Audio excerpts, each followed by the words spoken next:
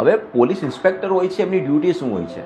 તો પોલીસ સ્ટેશનમાં આવતી તમામ પ્રકારની ફરિયાદો એપ્રુવ કરવાની ડ્યુટી એમની હોય છે ને હાયર ઓથોરિટી હોય છે, એટલે એમના ઉપરી અધિકારીઓ સાથે કોઓર્ડિનેશન કરવાની એમની ડ્યુટીમાં આવતી હોય છે. એટલે તે પોતે જાતે ડિસિઝન મેકર હોય છે કે કોની એફઆઈઆર દાખલ કરવી ને કોની એફઆઈઆર દાખલ નહીં કરવી.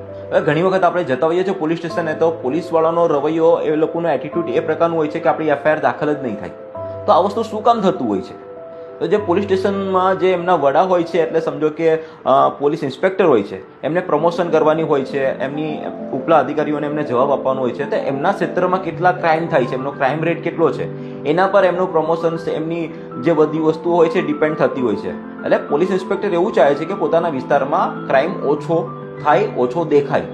એના માટે પહેલાં તો એમને ઇન્વેસ્ટિગેશનના પર્પઝથી કહેતા હોય છે કે ભાઈ તમે અરજી આપી દો, અમે ઇન્વેસ્ટિગેટ કરીશું, ઇન્વેસ્ટિગેશન કર્યા પછી અમને લાગશે તો એફઆઈઆર ફાઇલ કરીશું. એટલા માટે આ લોકો ગલ્લા તલ્લા કરતા હોય છે એફઆઈઆર ફાઇલ કરવા માટે. એટલે આ વાત સમજવા જેવી બાબત છે કે શું કામ એફઆઈઆર કરવા માટે આપણને બધી પરેશાનીઓ થતી હોય છે. ઘણા કિસ્સા આપણે જોતા હોય છે કે મારી એફઆઈઆર જ નથી લેતા છે, પણ આ પણ એક રીઝન હોઈ શકે છે કે આના કારણે પણ એફઆઈઆર નથી લેતા એ લોકો. એટલે આ વાત સમજવા જેવી છે.